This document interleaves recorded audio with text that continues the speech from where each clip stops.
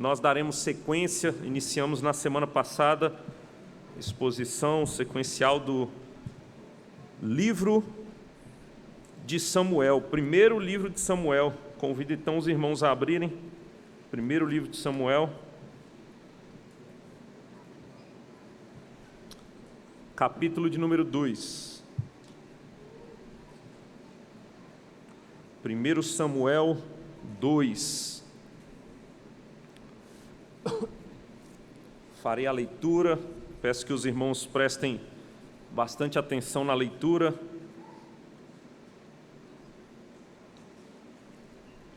Peço perdão desde já, irmãos, se minha voz falhar.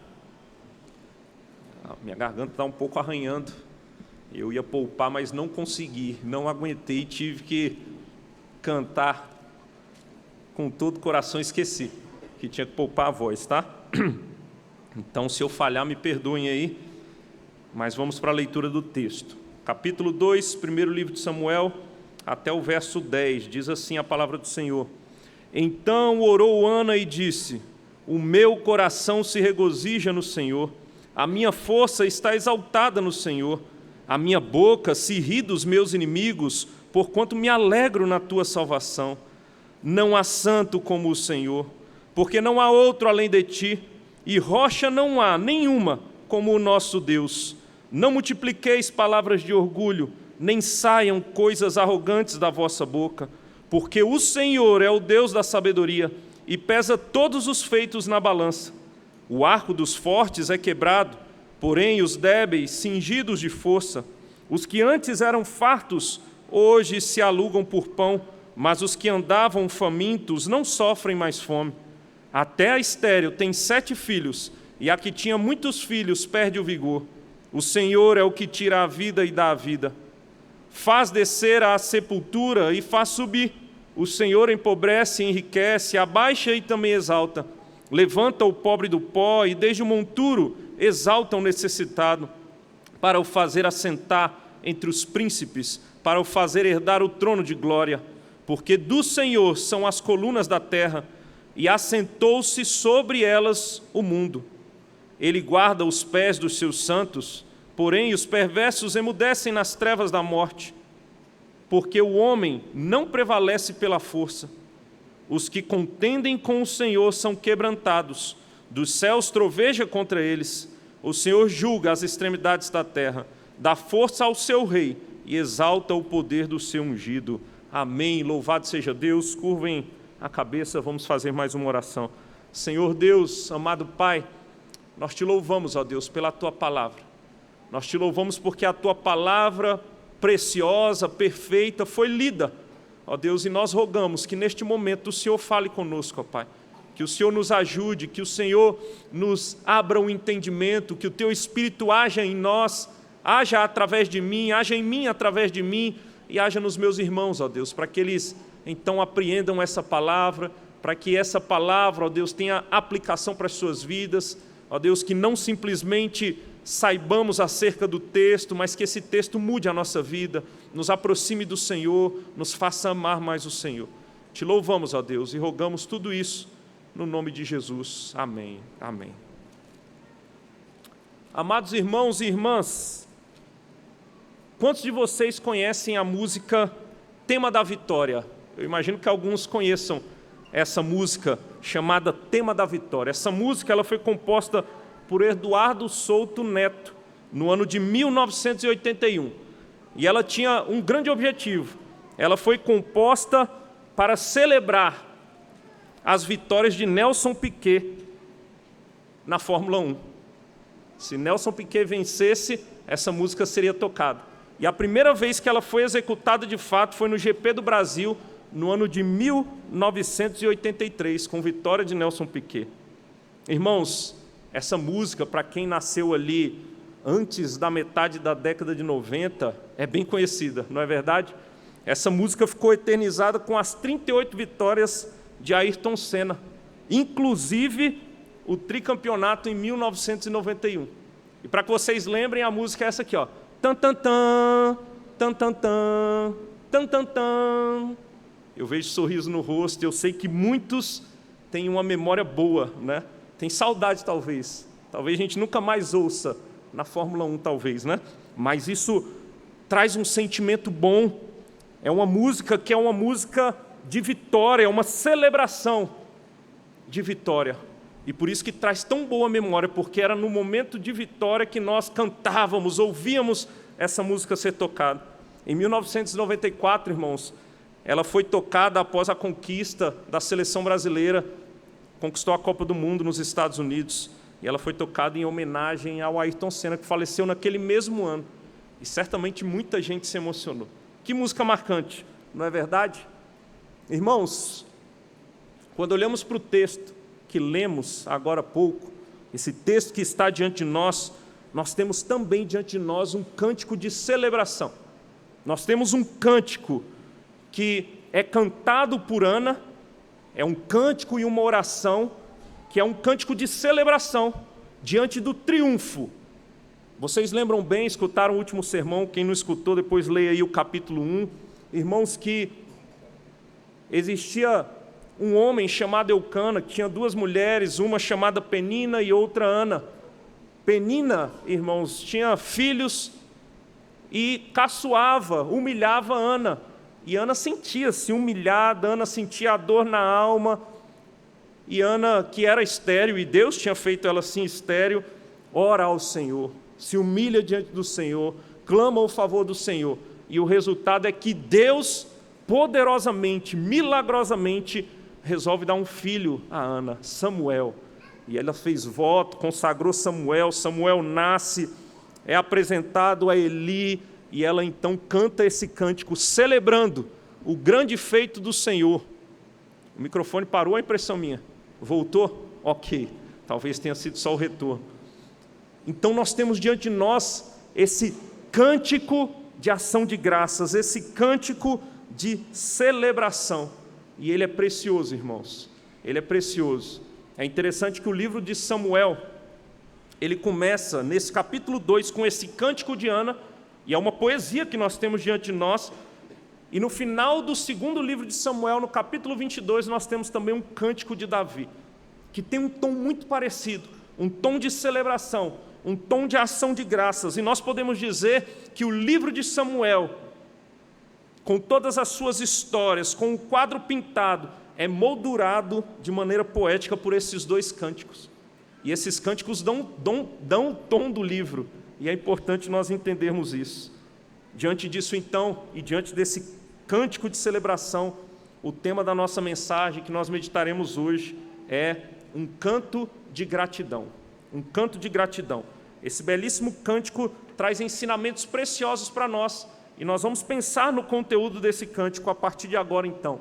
Um canto de gratidão. E esse canto de gratidão, que deve também estar presente nos nossos corações, ele começa com alegria no Senhor. E esse é o nosso primeiro ponto. Esse canto de gratidão começa com alegria no Senhor. E eu vou pedir para que vocês leiam o verso de número 1, numa só voz. Leiam, por favor. 1, 2, 3, podem ler.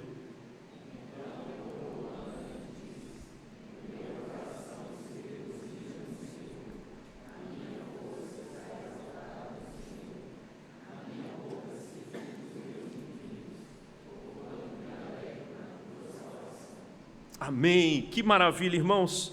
Eu não sei se vocês vão se lembrar, mas nós lemos agora na liturgia, agora há pouco, o Cântico de Maria, conhecido como Magnificat.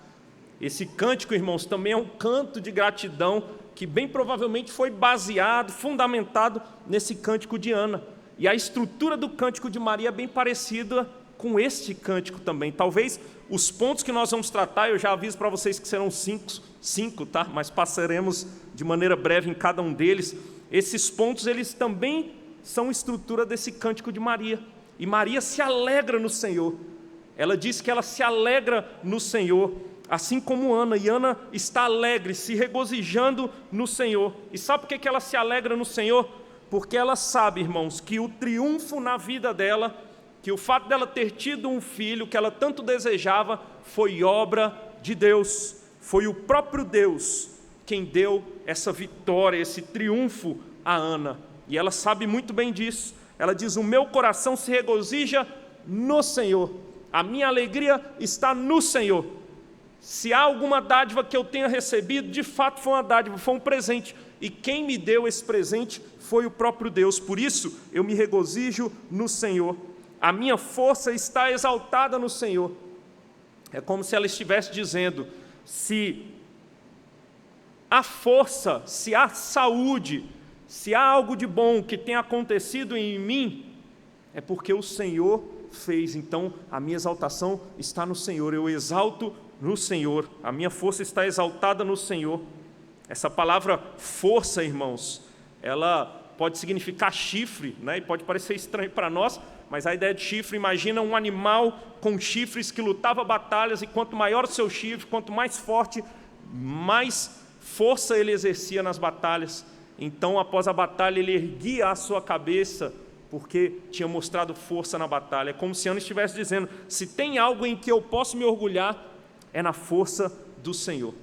É na força do Senhor. Então, é o que Ana está dizendo aqui para nós. É o que Ana está mostrando. Ela continua o texto, o seu cântico, e diz, a minha boca se ri dos meus inimigos. Se antes os meus inimigos estavam rindo de mim, agora sou eu que dou risadas. E por que eu dou risadas? Ana diz, porquanto me alegro na tua salvação. Ana estava alegre nessa salvação que Deus deu. A ideia de salvação é essa bênção, essa vitória, esse triunfo, essa libertação. Se ela era estéril, agora ela já não é estéril. Ela está liberta daquilo que aprendia de ter filhos. E agora ela teve um filho e entende que foi o Senhor quem deu essa graça a ela. Que maravilha, irmãos!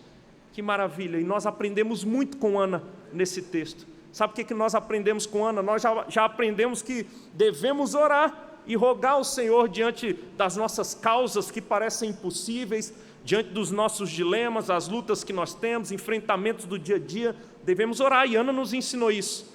Mas nós não devemos orar só para pedir o favor de Deus. Nós devemos orar para agradecer. Nós devemos cantar cânticos de gratidão enquanto o Senhor vai nos abençoando. Irmãos, sinceramente, quem aqui não tem motivos para agradecer ao Senhor? Quantos motivos nós temos para agradecer ao Senhor? Hoje você acordou, não é verdade? Sabe quem é que te dá o oxigênio para você respirar? É Deus. Sabe por que seus pulmões estão funcionando? Sabe por que o seu coração está batendo? É Deus. Sabe por que você enxerga? Sabe por que você tem saúde? Porque Deus te dá. Sabe, essa esposa que está do seu lado, foi Deus quem te deu. Esse marido que está do seu lado, foi Deus quem te deu. Seus filhos, é Deus quem abre a madre. É Deus, irmãos. As vestes que você tem, a casa que você tem para morar, o carro que você tem para andar, o chuveiro quente que você tomou banho hoje, é Deus quem está cuidando de nós nos detalhes da nossa vida. Você tomou café, você almoçou, seja grato a Deus, se alegre no Senhor que tem te sustentado e te dado vida. Todo dom perfeito, toda dádiva vem do Pai das luzes, e nós temos que reconhecer isso. Glórias sejam dadas ao Senhor, porque Ele tem nos feito muito bem, nos detalhes, como cantamos hoje. Eu não sei se vocês creem no que vocês cantaram. Até pela disciplina do Senhor nós devemos ser gratos, até pelos inimigos. Você já agradeceu pelo seu inimigo, seu vizinho que está te enchendo o saco, seu vizinho que está ligando no síndico do seu prédio? Agradeça. É Deus usando o seu vizinho para tratar o seu coração, para que você ore mais talvez, para que você, quem sabe, tenha contato. Eu me lembro de um amigo, certa vez, que ele bateu o carro, e ele, nesse entendimento de que deveria ser grato a tudo, ele agradeceu a Deus por ter batido o carro, e foi uma oportunidade dele conhecer o cara do carro que ele bateu, e ele pregou para esse cara, virou amigo desse cara. Irmãos, nós podemos agradecer ao Senhor. Nosso Deus é bom, a sua vontade é boa, agradável e perfeita, e nós devemos agradecer por todo o bem que Ele tem nos feito. Você tem sido um murmurador? Um reclamador? Que acorda mal-humorado? Ou você tem sido alguém grato, que se alegra no Senhor todos os dias? Se alegre no Senhor, porque Ele tem te feito muito bem, Ele tem feito bem a todos nós. Mas antes de passar para o próximo ponto, obviamente eu preciso fazer mais uma aplicação. Sim, devemos nos alegrar por tudo que o Senhor nos dá, mas irmãos, permitam-me dizer algo a vocês. Está vendo essa palavrinha salvação? No final, a última palavra do versículo de número 1, essa palavra salvação é tradução da palavrinha Yeshua. Você sabia disso? Yeshua nós temos aqui no original. Yeshua, irmãos, é Josué em hebraico. Josué, que dá origem à palavra, ao nome Jesus. Deixa eu dizer uma coisa para vocês, diante dessa realidade, desse termo, e eu imagino que todo cristão judeu, no primeiro século, ao ler um texto como esse, devia, no mesmo momento, lembrar da grande salvação que eles receberam. E sabe quem é a nossa salvação, irmãos? É Cristo. É nele que está a nossa salvação. Jesus Cristo é o nosso Salvador. O nome Jesus significa aquele que salva, o Salvador. O apóstolo Pedro, pregando um sermão em Atos capítulo 4, versículo de número 12, ele diz: não há outro nome pelo qual importa que sejamos salvos, a não ser o nome de Jesus. Deixa eu dizer uma coisa para você diante disso. Ainda que todas essas coisas que nós citamos aqui, pelas quais devemos ser gratos, ainda que elas faltem, deixa eu dizer uma coisa, você tem Cristo. Você tem Cristo. Você não merecia. Você merecia ser condenado, você é um pecador, mas Cristo veio e deu a vida por você. Você é o mais feliz de todos os homens, você é mulher mais feliz de todas as mulheres, se você tem Cristo verdadeiramente. E se você está aqui e você não sente essa alegria plena ainda, eu te conclamo, renda a sua vida a Jesus Cristo, ao Salvador. Creia que Ele é o Filho de Deus que veio a esse mundo e entregou a sua vida por você, e certamente você vai ser enchido de uma alegria que você nunca sentiu, alegria plena, satisfação que só Ele pode trazer. Creia no Senhor Jesus, Ele é a nossa salvação, e nós devemos ser alegres, nos regozijar, dos nossos lábios, ou melhor, dos nossos corações, deve fluir um canto de gratidão, porque temos um Redentor, temos um Salvador. Mas irmãos, o texto não para por aqui, eu falei que seria rápido, e a gente vai empolgando em cada ponto. Mas, em segundo lugar, esse cântico, além de mostrar alegria no Senhor, esse cântico ele vai mostrar a santidade do Senhor. Leiam, por favor, o versículo de número 2. 1, 2, 3, podem ler.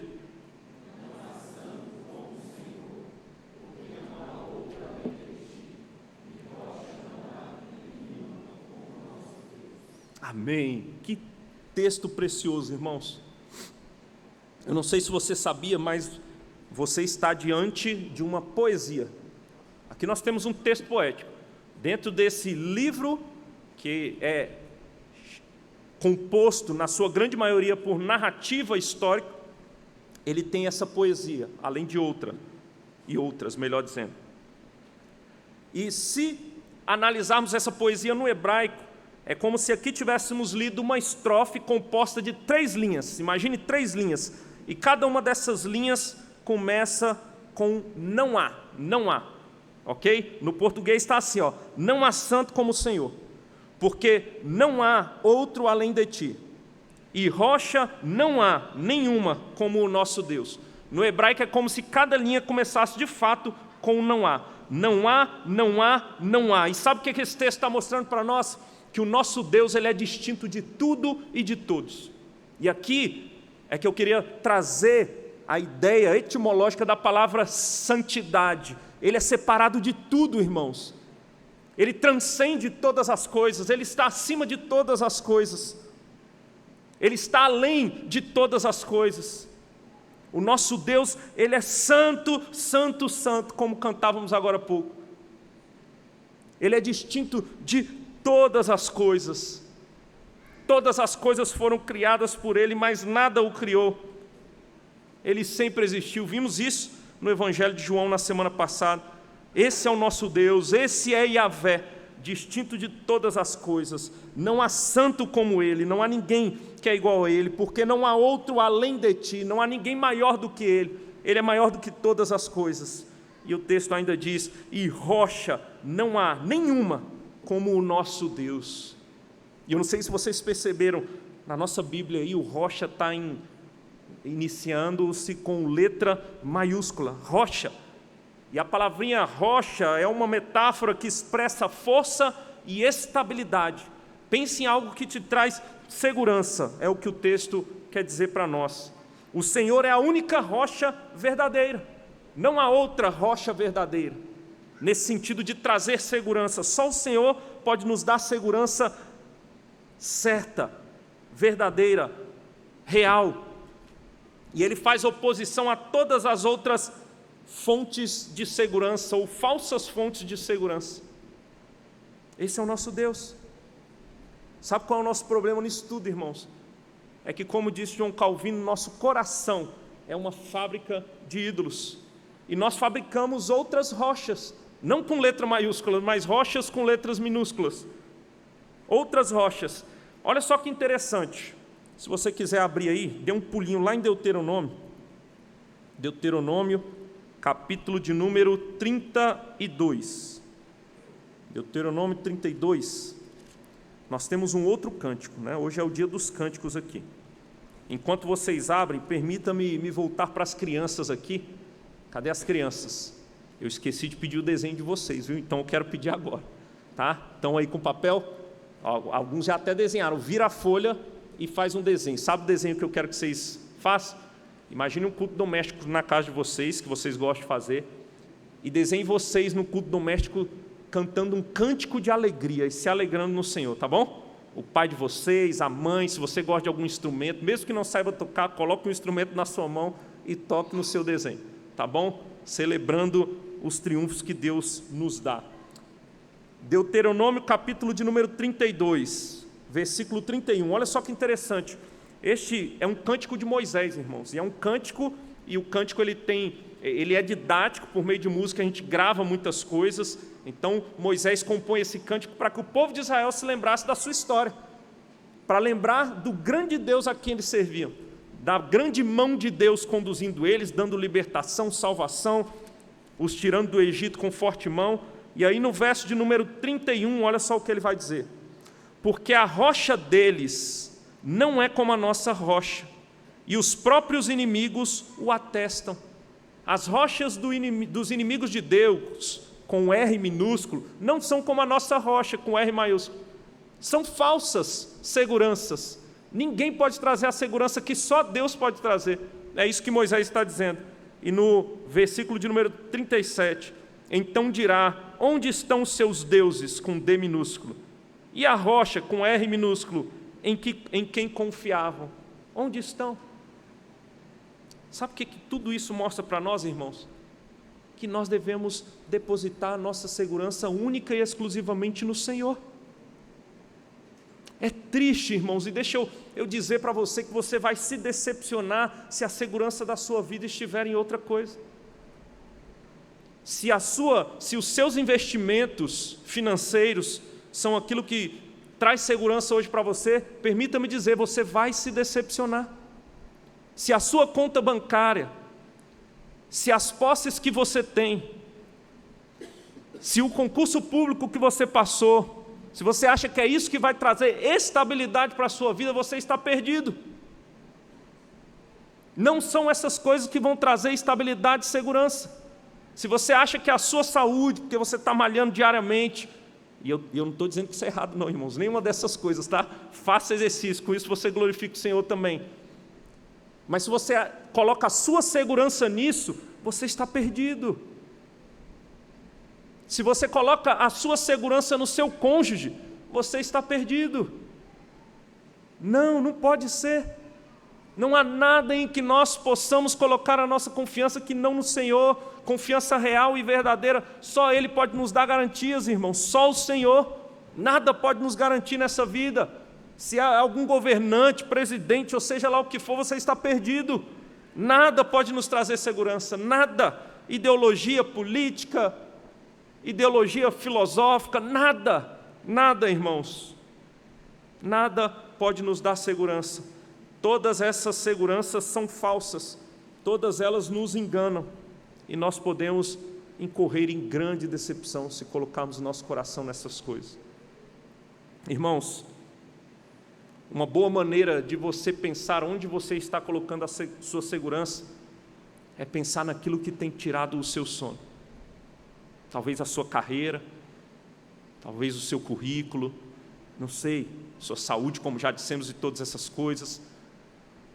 Se aquilo que é ameaçado você perder faz com que você palpite o coração, com que você fique extremamente ansioso, saiba que isso é um grande candidato à rocha na sua vida, rocha com R minúsculo. Isso não vai te trazer segurança real. Irmãos, eu me lembro que um dia desses atrás, estava assistindo filme com as crianças, nós às vezes tiramos algumas noites para assistir filme, e eu resolvi colocar minha filha, meu filhinho, para assistirem o Rei Leão, né? Eu lembro que eu gostava de Rei Leão, falei, vamos assistir Rei Leão. E eu lembro que tinha uma parte do filme que eu chorava.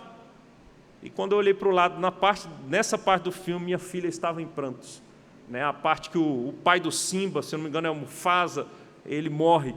E aí o Simba vai lá e no corpo dele se deita e tenta acordar ele. Quando eu olhei, minha filha estava aos prantos, né? E chorou muito, né? E talvez você já tenha chorado com essa cena também. Mas quando acabam os filmes, nós paramos para conversar. E aí terminou o filme, eu fui conversar com ela sobre o filme, né? Mostrar que tinha muitas coisas ruins no filme também, então ela não poderia seguir, né? E aprender com aquilo. Mas eu me lembro de perguntar, por que você chorou naquela parte, Cecília? E ela falou para mim, papai, eu chorei porque eu fiquei pensando que se eu perdesse você, quem vai cuidar de mim? Quem vai cuidar da nossa família? E eu dei uma embargadinha na voz, né? Mas logo eu disse para ela, não, filha, não, sua segurança não pode estar no papai. O nosso Deus é que pode trazer verdadeira segurança. O nosso Deus, Ele inclusive usa o papai para te proteger, mas é Deus que te protege. Se o papai um dia morrer, saiba que Deus vai continuar te protegendo e que você pode confiar e descansar, porque Ele é lugar seguro em que você pode se abrigar. Irmãos, parece que às vezes nós somos como crianças e nós precisamos ouvir isso, não é verdade? Porque muitas vezes nós estamos colocando a nossa segurança em outras coisas. Mas como Ana, irmãos, nesse cântico, nós devemos entender que a nossa segurança real e verdadeira é o Senhor. E nele nós devemos e podemos descansar. E descansando nele nós podemos cantar um canto de gratidão. E para encerrar esse ponto, segundo ainda, irmãos, permitam-me trazer mais uma aplicação para vocês. Quando olhamos para o Novo Testamento, Paulo, por exemplo, em Romanos 9:33, ele vai falar de uma tal rocha, ou de uma pedra de tropeço para os judeus. E ele está se referindo a Cristo, a Jesus Cristo. Eles não confiaram em Jesus, eles não receberam a Jesus. Jesus, na verdade, foi um escândalo para eles. E eles, inclusive, crucificaram Jesus Cristo. Mas Jesus é apontado como a rocha. O apóstolo Pedro, na primeira carta, capítulo 2, versos 6 a 8, vai falar de uma tal pedra angular, pedra de sustentação, que também se tornou escândalo para os judeus, mas ela é a nossa pedra que traz segurança. O Senhor Jesus é a nossa rocha, irmãos. E sabe qual é a garantia que nós temos? A única e verdadeira garantia que nós temos nessa vida é de que em Cristo nós estamos seguros, de que em Cristo nós estamos nas mãos de Deus, de que em Cristo nós podemos adentrar a presença do Senhor, de que em Cristo nós somos tidos como os filhos de Deus. Essa é a única segurança real que nós temos nessa vida. Tirando essa, nada é estável, nada. Você está hoje aqui e você é pó, e você pode vir a não estar mais. Quem está do seu lado a mesma coisa, os seus recursos, pode haver crise financeira, nada é segurança real. A única segurança real que nós temos é de que quem crê em Cristo tem a vida eterna. Ele é a nossa rocha, irmãos. Mas em terceiro lugar, irmãos, esse cântico mostra para nós a justiça do Senhor. Leiam, por favor, o verso de número 3. 1, 2, 3, podem ler.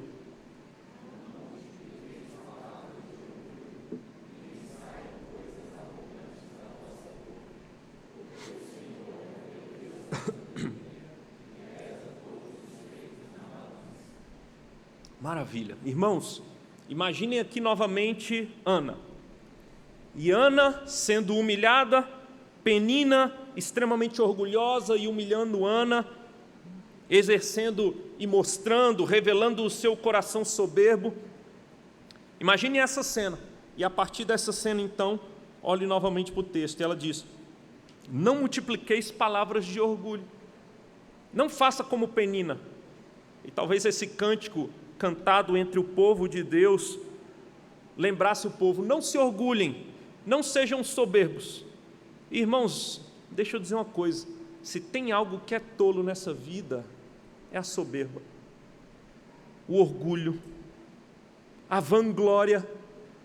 E eu gosto dessa palavra vanglória, porque toda glória que você tenta trazer a você mesmo, ao seu nome, ela é vã, porque o único que é digno de toda glória é o Senhor, a glória é dele. Nós não podemos roubar, nem tem como roubar, por isso ela é vã, ela é falsa, ela não é real. Quando você acha que seu nome está sendo glorificado, não há glória para o seu nome, não há glória para nenhum de nós, a glória é do Senhor. Então é vã. E Penina ria, achando que era boa, quando a própria Penina, se não fosse a graça de Deus sobre ela, não poderia ter filhos, não teria nem mesmo vida. Entende? Então é vão a soberba, o orgulho no nosso coração. Ela continua dizendo: nem saiam coisas arrogantes da vossa boca. Não, e muitas vezes nós revelamos o que está no coração por aquilo que nós falamos, não é verdade? A boca fala do que está cheio o coração, e às vezes a gente revela arrogância, prepotência por meio da nossa fala. Às vezes conseguimos até disfarçar na fala, mas nossas atitudes falam por nós também, e mostram aquilo que está no nosso coração. Mas é tolice, irmãos. E aí ela continua dizendo: porque o Senhor é o Deus da sabedoria, e pesa todos os feitos na balança. O que o texto está dizendo é o seguinte: que Yahvé, o nosso Deus, Ele tem conhecimento de todas as coisas. E o conhecimento dele é de tal maneira que ele conhece não só as ações, mas até mesmo as motivações do coração. Ele conhece o seu coração tão profundamente que até mesmo aquilo que você não sabe, que está lá no seu coração, Deus sabe. Ele é dono de toda a sabedoria nesse sentido. Ele conhece a ponto de o seu julgamento, o seu julgamento mais justo, nada foge ao julgamento do Senhor, a ideia da balança, nada foge, tudo é pesado, todos os nossos atos, e não só atos, mas até mesmo as nossas motivações, aquilo que nos move, é julgado na balança do Senhor. Desde quando eu cheguei aqui na Redenção, eu tenho conhecido uma moda nova, que é a moda do café, não é verdade? E eu sei que aqui tem a galera que gosta do café, e alguns andam equipados, né? E aí vai visitar o outro, leva na mochila o seu café, a balança, né? E tem todos os instrumentos. E eu sei que tem a balança de precisão, não é verdade, Kennedy? Kennedy já me serviu esse café aí, mas é bom. E tem a balança de precisão, e essa balança, de fato, ela tem grande precisão. Então não pode nem ser mais nem menos, né? A quantidade certa, a temperatura. Irmãos, eu queria dizer que essa balança de precisão, ela não tem nada de precisão perto da precisão do Senhor em julgar todos os homens. Na balança do Senhor não passa nem pensamento. Os nossos pensamentos são julgados. A cobiça do coração é julgada. Nosso Deus, Ele é plenamente justo. E parece que nos nossos dias falar de um Deus de justiça, de um Deus justo, gera arrepios, né? As pessoas ficam com medo e veem Deus como mal. Não, irmãos, a justiça é algo muito bom, não é verdade? A justiça é boa, a justiça é algo benéfico, é benéfica. Nós celebramos quando um juiz julga causas corretamente, nós celebramos quando bandidos assassinos vão para a cadeia, nós queremos e clamamos por justiça. Esse é o nosso Deus, e Ele é justo, em todos os seus atributos Ele é perfeito. Ele até compartilha alguns de seus atributos com nós, seres humanos, mas nesses atributos compartilhados Ele é pleno, Ele é cheio, Ele é infinito nesses atributos. Então, Ele é justo, o nosso Deus é justo, e tudo é pesado nessa balança. O que nós aprendemos com isso? Primeiro, nós devemos celebrar a justiça de Deus. Deus é justo. Segundo, não ache que você esconde algo de Deus. Não queira guardar pecados no seu coração. Na balança dele vai bater lá, está errado. Abandone os seus pecados. Busque ser justo e santo como o seu Deus é santo. Faça isso. Não queira esconder nada de Deus. Não adianta querer esconder nada do Senhor. Mas uma outra aplicação, talvez você esteja sofrendo algum tipo de injustiça nessa vida. Talvez você esteja sendo injustiçado no seu trabalho, talvez você esteja sendo injustiçado na sua casa, entre os seus parentes, familiares, na universidade, talvez você esteja sendo injustiçado de alguma forma. Meu irmão, minha irmã, o Senhor é o nosso juiz, e aos olhos dele nada foge. Coloque a sua causa diante do Senhor e espere nele, descanse nele. Ele julga a nossa causa, porque aos olhos dele não foge nada. Talvez você pense, mas Deus é injusto, Ele não está vendo o que estão fazendo comigo. Ele está vendo sim, está sendo pesado na balança dele. Confie no Senhor e descanse nele. Mas a última aplicação que eu queria fazer nesse ponto é a seguinte, irmãos. Talvez se pensássemos, ou pensando no texto, nada foge da balança do Senhor. E eu olhando para mim, eu sou um pecador miserável. Luto com meus pecados que eu peço perdão e busco me arrepender e me entristeço por conta deles, eu acabo pecando novamente. Convido você a olhar mais uma vez para o Novo Testamento. Vamos lá para Romanos, capítulo de número 5. Romanos, capítulo de número 5.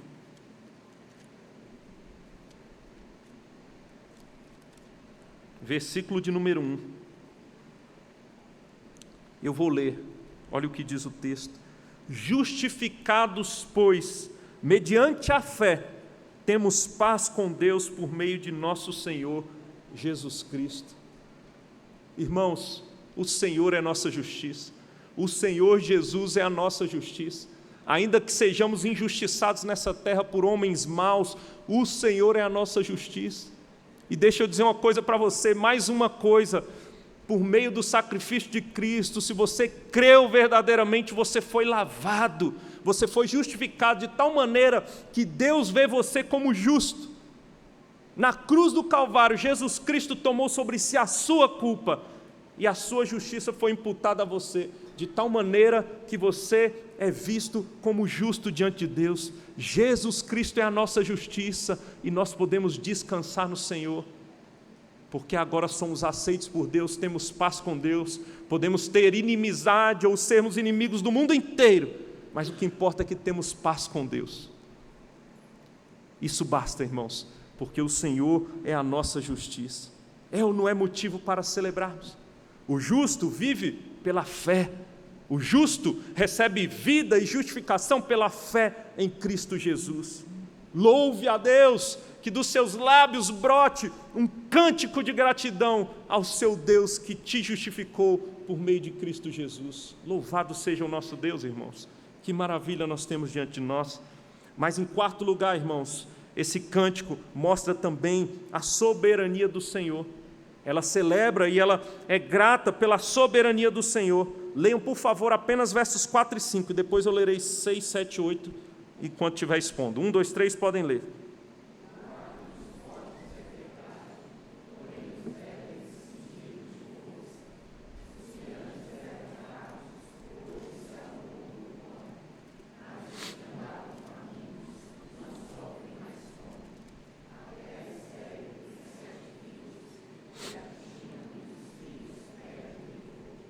Amém.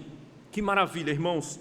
O que esse texto está mostrando para nós, e aqui temos uma quantidade maior de versículos, então vou tentar resumir aqui a ideia para nós. Ele diz: o arco dos fortes é quebrado, porém os débeis cingidos de força. Então imagine gente forte e soberba, que aos olhos humanos faz o que quer. O texto diz que os arcos desses são quebrados, porém os débeis são cingidos de força. É Deus quem dá força, e Deus pega aqueles que não são e dá força a eles. Aqueles que são desprezados, Deus exalta, Deus levanta. Os que antes eram fartos, hoje se alugam por pão, lutam para tentar ter o que comer, mas os que andavam famintos não sofrem mais fome. Quando o Senhor luta a nossa causa, é isso que acontece. Até a estéril tem 7 filhos, e a que tinha muitos filhos perde o vigor. A ideia dos 7 filhos aqui é o número perfeito, né? Então é conforme o Senhor dá e é perfeito, e ela vai se alegrar nessa verdade, porque o Senhor dá filhos, e a que tinha muitos filhos perde o vigor, em algum momento acaba, então não dá para se gloriar nessas coisas. Mas o ponto aqui é que o Deus soberano é quem dá. Esse Deus, ele é onisciente, então ele sabe aquilo que está no nosso coração, ele sabe as nossas necessidades, ele sabe aquilo que estamos passando, mas não somente é onisciente, ele é onipotente também. E vendo os fracos por ser onisciente e sabendo as lutas de cada um, ele também é onipotente e tem poder para executar a sua vontade e fazer tudo aquilo que lhe apraz. Nesse sentido, Deus é soberano, irmãos. A vontade dele está sendo feita. E ele gosta, Deus gosta de fazer isso, ele gosta de pegar gente pequena, e ele exalta pequenos, e ele derruba aqueles que acham que são fortes. Aqueles que aos olhos humanos são poderosos, ele deixa aí, e ele derruba, e ele pega aqueles que são desprezados, e ele exalta. O Senhor nosso Deus gosta de fazer esse tipo de coisa, ele fez isso com o povo de Israel. E deixa eu dizer uma coisa para você revelar, esse é um grande tema, um tema recorrente no livro de Samuel.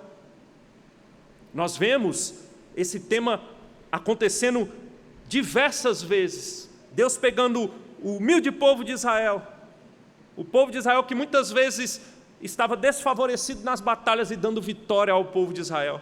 Talvez a história mais emblemática e conhecida nesse livro de Samuel seja o pequeno Davi vencendo o grande Golias, não é verdade? Esse é um tema recorrente, que tem o seu pontapé de partida aqui já, né, no capítulo 1 e capítulo 2, nessa poesia, nesse cântico de Ana.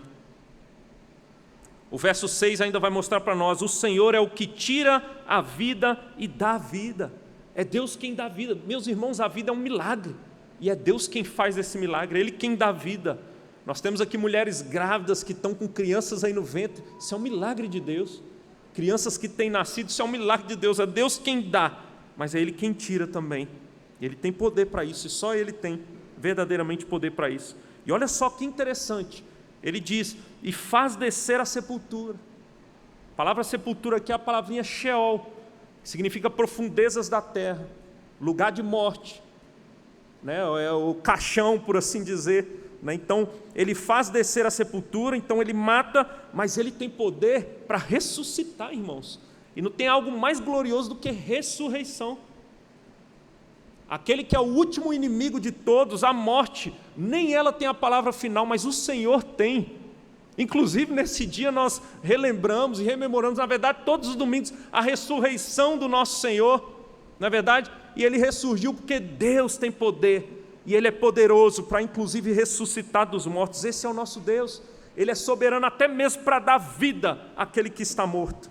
Ele é quem faz isso. Verso 7, o Senhor empobrece e enriquece, abaixa e também exalta. Percebe a soberania dele, ele faz tudo o que ele quer, levanta o pobre do pó, e desde o monturo, que é um lugar de lixo, onde ficavam os desvalidos, e ali era o lugar de refúgio deles, esse ele exalta o necessitado, para o fazer assentar entre os príncipes, para o fazer herdar o trono de glória, porque do Senhor são as colunas da terra, e assentou sobre elas o mundo. Nosso Deus é poderoso, irmãos, e Ele está regendo a história com sua forte mão. Ele é soberano, e Ele está conduzindo toda a história, conduzindo todas as coisas. Ele que é poderoso até para dar vida, até para livrar da morte, até para ressuscitar mortos, é Ele que está conduzindo as nossas vidas, e Ana sabia disso, por isso ela está celebrando. Meu irmão, minha irmã, você não está lançado ao léu, você não está como um barco à deriva, perdido, sem condução. O Senhor Deus está conduzindo a sua vida, o Senhor está conduzindo os detalhes da sua vida, o Senhor está te conduzindo na sua poderosa mão, e Ele é soberano e Ele executa os seus decretos, os seus planos eternos. Creia nisso e descanse nessa verdade, e louve a Deus por essa verdade também. Louve a Deus. Sabe o probleminha de saúde que você está passando? O soberano Deus tem controle sobre isso. Sabe, o problema financeiro, o Senhor Deus tem controle. Isso não quer dizer que você talvez não tenha sido irresponsável, mas Ele não perdeu o controle, até mesmo na sua irresponsabilidade.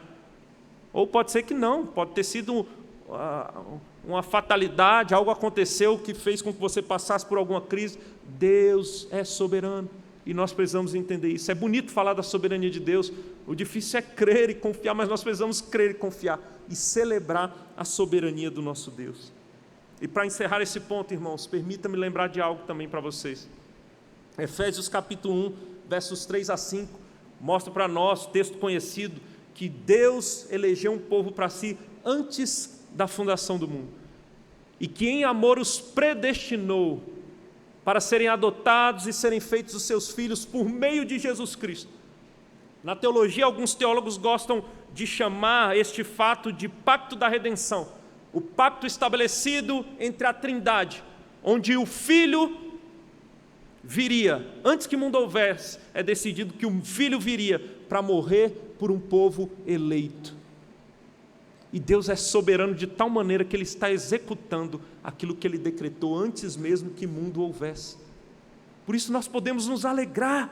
O plano dele é perfeito, e se Ele é soberano, esse plano vai se cumprir, irmãos. E se de fato somos povo eleito de Deus, e eu creio que eu sou povo eleito de Deus, eu creio que nós somos povo eleito, nós podemos celebrar e nos alegrar na presença do nosso Deus, se alegrar na soberania do nosso Deus, cantar um canto de gratidão ao nosso Deus que é soberano e está executando os seus decretos eternos. Celebre no Senhor.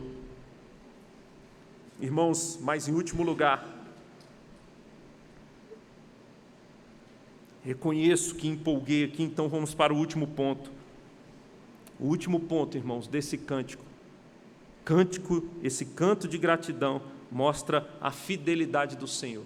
E ela celebra, ela se alegra, ela é grata pela fidelidade do Senhor. Parece que esses pontos se confundem, eu acho que eles se entrelaçam mesmo, mas é o que o verso 9 e 10 vai mostrar para nós.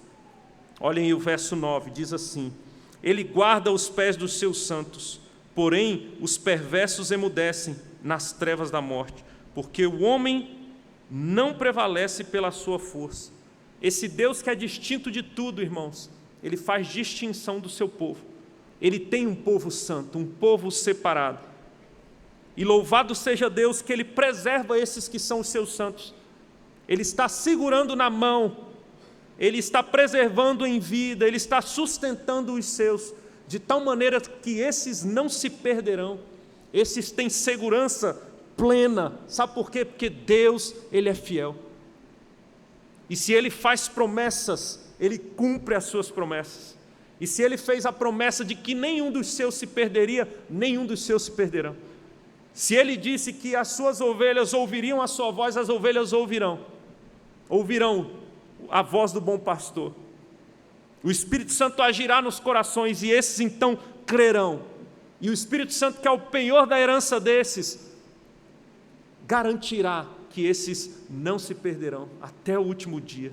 Nós temos garantia, estamos sendo preservados, nós somos povo de Deus pelo nosso Deus. Isso não é motivo de celebrarmos, isso não é motivo de cantarmos com gratidão ao nosso Deus, diferente dos perversos, porque os perversos, os rebeldes a Deus, esses serão punidos.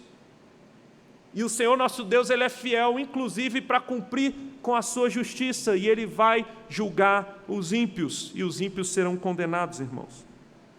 Os que se rebelam contra Ele, olha aí o verso 10, os que contendem com o Senhor são quebrantados, dos céus troveja contra eles, o Senhor julga as extremidades da terra. Ou seja, esses que são rebeldes ao Senhor, contra o Senhor, esses serão destruídos, é o que significa a palavra quebrantados aqui. Esses serão massacrados, esses serão humilhados. Pode ser que eles estejam soberbos por um tempo, mas eles serão destruídos, destronados, massacrados. Em todas as extremidades, não há ninguém que vá se esconder, Deus não vai se esquecer de ninguém. Todos serão julgados, todos serão julgados. E o texto termina dizendo o seguinte: dá força ao seu rei e exalta o poder do seu ungido. Lendo esse texto, algumas pessoas podem se indagar e se fazer a pergunta, mas não é um tanto quanto anacrônico? Se ainda não havia uma monarquia, se ainda não havia sido estabelecido um rei em Israel, como ela está falando do rei, como ela está falando que ele dá força ao seu rei, exalta o poder do seu ungido, como Ana está falando, irmãos, Ana era uma mulher de fé e ela cria nas promessas do Senhor. Ela conhecia o Pentateuco, por exemplo, e havia promessas de que Deus estabeleceria um rei humano em Israel. E ela crê nessas promessas. E essas promessas ela crê inclusive que envolve o seu filho, que havia sido oferecido para se dedicar ao Senhor como sacerdote. E ela entende inclusive que ele ungiria esse rei. E de fato foi o que aconteceu, irmãos. O que nós temos aqui diante de nós, nessa fala de Ana, ela desempenhando um papel profético. E de fato essa profecia se cumpriu, nós vamos ver logo à frente. Davi foi ungido o rei de Israel. O seu filho Samuel ungiu Davi como rei de Israel. Davi era esse ungido da parte de Deus. E essa profecia se cumpre. Mas, irmãos, eu creio que Ana tinha fé, mas a gente sabe que a revelação é progressiva. E eu não tenho dúvida de que ela não tinha ideia de que a sua profecia iria muito além de Davi. Sabe por quê? Porque por mais que Davi tenha sido ungido e estabelecido rei, Deus foi misericordioso com Davi, muito misericordioso. Davi falhou, irmãos.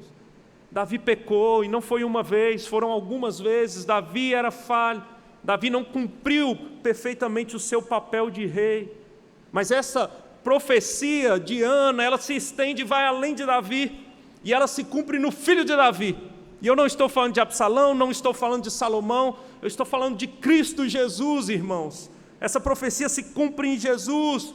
Jesus de fato vem para ser o rei do povo dele, do povo que se chama pelo nome do Senhor, do povo de Israel, da igreja que é o Israel de Deus na nova aliança. Ele vem e ele cumpre perfeitamente todo o seu papel. Ele é aquele rei que de fato vence a maior de todas as nossas batalhas, a condenação diante do Deus justo. Ele é aquele rei que traz estabilidade para o reino. Ele é aquele rei que traz segurança. Ele é aquele rei que traz verdadeira prosperidade. É em Cristo Jesus que é cumprida essa profecia de fato. E nós devemos nos alegrar nessa verdade. Ele é ungido. Essa palavrinha aí que vocês têm na Bíblia de vocês, ungido, é tradução da palavrinha Machia, que origina a nossa palavrinha do Antigo Testamento, Messias, o ungido, o escolhido, que no Novo Testamento é o Christos, que nós conhecemos como Cristo. O Cristo, irmãos, Ele é o nosso Rei, Ele é ungido, Ele é o escolhido de Deus desde antes da fundação do mundo, que na plenitude dos tempos pisou nessa terra, que veio a esse mundo e fez a vontade do Pai de maneira perfeita, não falhou, cumpriu a lei perfeitamente, mas ainda assim caminhou em direção da cruz, e na cruz do Calvário Ele recebeu a nossa culpa sobre si, a culpa dos nossos pecados, para que nós recebêssemos a sua justiça, para que nós fôssemos purificados, para que nós tivéssemos garantia de um reino perfeito e eterno. Louvado seja o nosso Deus que deu a vida por nós, se fez homem e deu a vida por nós. Nós lembramos que Ele ressuscitou, irmãos, ao terceiro dia, Ele ressuscitou, vivo Ele está, Ele venceu a morte de fato, e é aí que está a nossa garantia.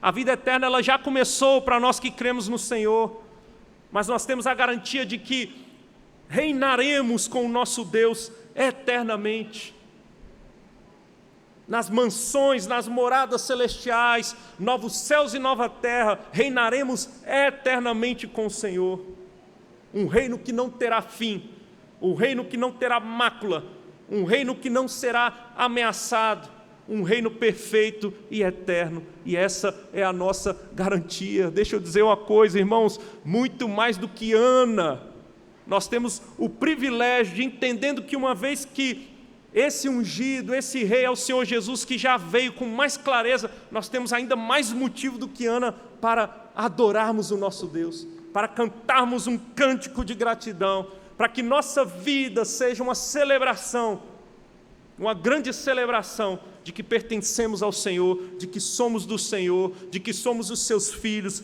de que somos filhos do rei, de que reinaremos com esse rei para toda a eternidade. Louvado seja o nosso Deus. Por que você ainda anda amuado? Por que você ainda anda murmurando? Por que você está triste, deprimido? Se alegre no Senhor. Se alegre no Senhor.